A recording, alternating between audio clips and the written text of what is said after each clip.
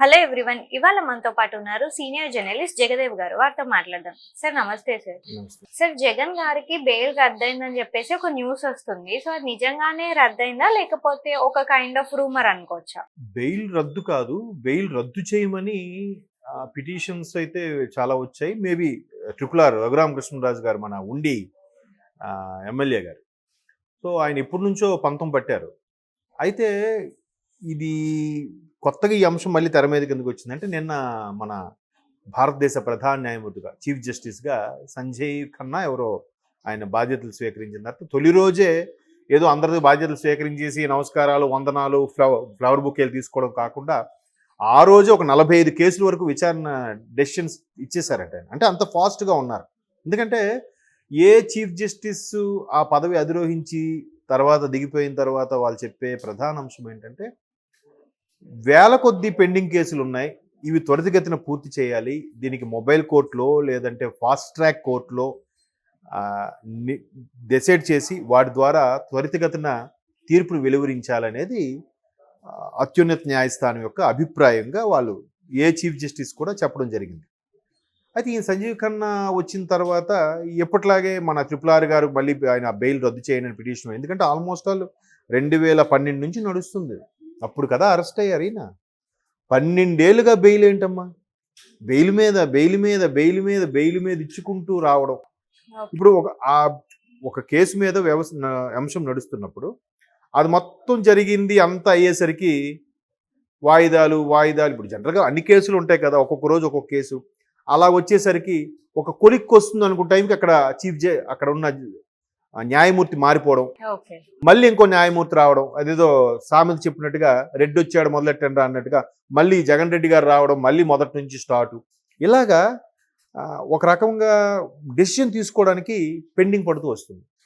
So ఇదిలా ఉంటే RRR గారు కానీ లేదా అంతకుముందు పురంధరేశ్వర్ గారు కానీ కొన్ని లేఖలు రాశారు కేంద్రానికి కూడా.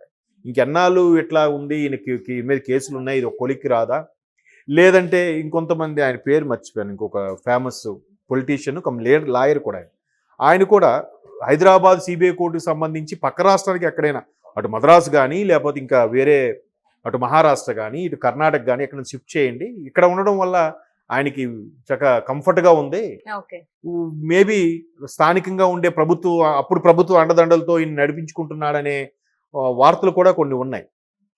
సో ఇప్పుడు మరలా సుప్రీంకోర్టుకు పిటిషన్ వేయడంలో RRR గారు సంజీవ్ ఖన్నా గారు అసలు ఏంటి ఇది ఎప్పటి నుంచి ఉందని మళ్ళీ నిన్న చీఫ్ జస్టిస్గా తీసుకున్నాక ఆయన త్వరితగతిన పూర్తి చేయాలి, మ్యాక్సిమం డిసెంబర్లో దీనిపై ఒక క్లారిటీ రావాలని చెప్పి ఆర్డర్స్ పాస్ చేశారు. దానికి సంబంధించిన పిటిషన్ డిసెంబర్ 2కు వాయిదా వేసి ఇది 1 or 2 వాయిదాస్లో డిసెంబర్లోనే కొలిక్కి రావాలంటగా చీఫ్ జస్టిస్ గారు ఆర్డర్స్ పాస్ చేశారట.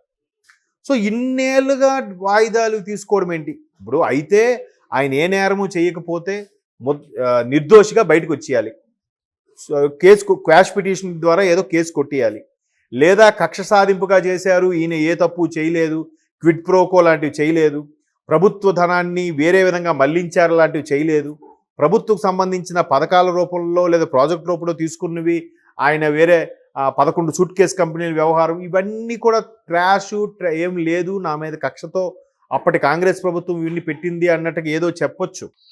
నిజంగా అలాగేం లేకపోతే ఇప్పటికి ఆయన బెయిల్ మీద కాదు, కేసే కొట్టేయాలి, బయటకు వచ్చేయాలి. కేసు కొట్టట్లేదు, అలాగని బెయిల్ రద్దు చేయట్లేదు, అలాగని శిక్ష పడట్లేదు, ఒక కొలిక్కి రావట్లేదు, వెళ్ళడం బెయిల్ ఎక్స్టెన్షను, వెళ్ళడం బెయిల్ ఎక్స్టెన్షను, ఇక్కడ కూడా శుక్రవారం వచ్చి సిబిఐ కోర్టుకు సంబంధించి సంతకం పెట్టడం. ఏంటి వీన్ని? అది చాలా మందికి ఉంటున్న ప్రశ్న. దీనివల్ల ఏమవుద్దంటే ఇంత డ్రాగన్ చేయడం వల్ల న్యాయ వ్యవస్థ మీద కూడా కొంతమందికి అనుమానాలు వస్తాయి. కొంత ఏంటి ఎక్కడో ఏదో మేనేజ్ అవుతుందా, ఏదైనా మ్యానిపులేట్ చేస్తున్నారా అనే సందేహాలు వస్తాయి. కానీ వాళ్ళకున్న కేసులు ఒత్తిడి, వాళ్ళకున్న వాయిదాల పర్వం వల్ల వాళ్ళు కూడా త్వరితగతిన డెసిషన్, ఎందుకంటే పైగా మాజీ ముఖ్యమంత్రి, అప్పటికి అరెస్ట్ అయినప్పుడు సాధారణమైన ఒక ఎంపీ లేదా ఎమ్మెల్యే, ఇప్పుడు మాజీ ముఖ్యమంత్రి ఏదైనా నిర్ణయం తీసుకోవాలంటే చాలా ఇబ్బందులు ఉంటాయి కాబట్టి ఆచితూచి నిర్ణయం తీసుకుంటారు. ఒక దోషిని వదిలేయొచ్చు కానీ ఒక నిర్దోషి అని తేలిన శిక్ష పడడం అనేది కోర్టు దీంట్లో చాలా క్రిటికల్గా ఉంటాయి నిర్ణయాలు తీసుకున్నప్పుడు. సో అవన్నీ ఆరోపణలేనా నిజాలేనా? సిబిఐ జేడీగా జేడీ లక్ష్మీనారాయణ గారు జాయింట్ డైరెక్టర్గా చేసినప్పటి నుంచి కూడా ఈ వ్యవహారాలన్నీ అవి ఇవి అన్ని కేసు ఫైల్ పుటప్పులు అవుతున్నాయి. ఈడీ జప్తు చేసింది, సిబిఐ కోర్టులో ఉంది, మరోవైపు సుప్రీంకోర్టులో పిటిషన్లు నడుస్తున్నాయి. అయినా ఎందుకు కొలిక్కి రావట్లేదు? నిజంగా ఆయన నిర్దోషి అయితే మొత్తం క్లియర్ చేసేయండి, ఏ లేవు, లేదా శిక్ష విధించండి, లేదా ఒక జరిమానా విధించండి, ఏదో ఒకటి అవ్వాలి కదా. అదే ఎందుకు క్లారిటీ రావట్లేదు అనేది ఇప్పుడు ఆయన పిటిషన్ వేయడం. సుప్రీంకోర్టులో అది డిసెంబర్ 2కి వాయిదా వేశారు.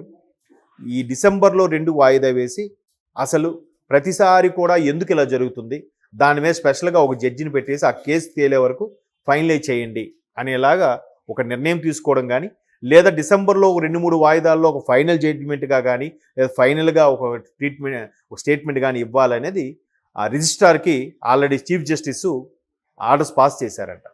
ఎందుకంటే గతంలో కూడా సంజయ్ కుమార్ అని ఒక జస్టిస్ ముందుకి ఇదే వ్యవహారం వెళ్ళింది. అంటే నేను ఒకప్పుడు రాష్ట్రంలో హైకోర్టులో ఉన్నప్పుడు దీనికి సంబంధించి కేసు నా ముందుకు వచ్చింది. మరలా నేను ఇప్పుడు సుప్రీంకోర్టులో chief justice one of the జస్టిస్గా ఉన్నప్పుడు నా ముందుకు కేసు వస్తే నేను ఒకరికి ఫేవర్గా చెప్పాను కనుక ఏవైనా అపోహపడచ్చు. అందుకో నో ఇన్ ఫ్రంట్ ఆఫ్ మీ అని ఏదో ఉంటారు, దాన్ని లా వర్డ్.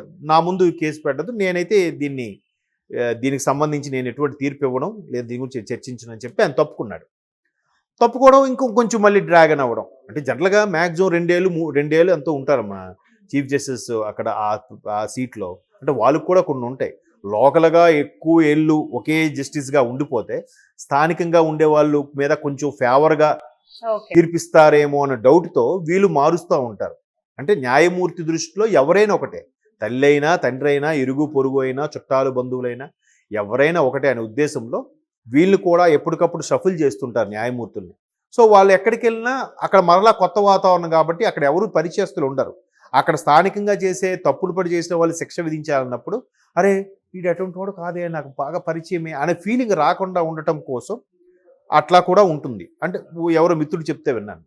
సో ఇటువంటి నేపథ్యంలో ప్రతి 2 ఏళ్ళకి మారిపోవడం వల్ల ఈయన కేసు వ్యవహారం అంతా కొలిక్కొచ్చే టైంకి, ఆయన తీర్పు ఇవ్వడమో ఏదో నిర్ణయం తీసుకునే టైంకి ఆ జస్టిస్ మారిపోవడం, మరలా కొత్త ఆయన రావడం, మరలా ఫస్ట్ నుంచి అన్నీ చెప్పడం, ఈలోకి ఈయన వాయిదాల మీద వాయిదా తీసుకోవడం, పిటిషన్లు వేయడం, ఇవన్నీ అయిపోతున్నాయి. సంజయ్ ఖన్నా గారు కొత్త చీఫ్ జస్టిస్ నిర్ణయం తీసుకుని సీరియస్గా నడిపిస్తాను అంటున్నారు. చూద్దాం మరి ఇది ఎంతవరకు వెళ్తుందండి. ఎందుకంటే చాలా పెండింగ్ కేసులు ఉంటాయి. అలా ఫాస్ట్ ట్రాక్ కోర్టులు కానీ మొబైల్ కోర్టులు లాంటివి కొన్ని పెట్టి ఇమీడియట్గా డెసిషన్స్ తీసుకోవాలనేది ప్రతి ఒక్క చీఫ్ జస్టిస్ కూడా చెప్పే నిర్ణయమే.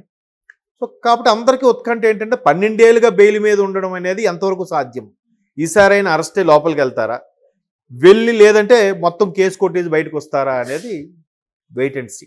Okay sir, thank you.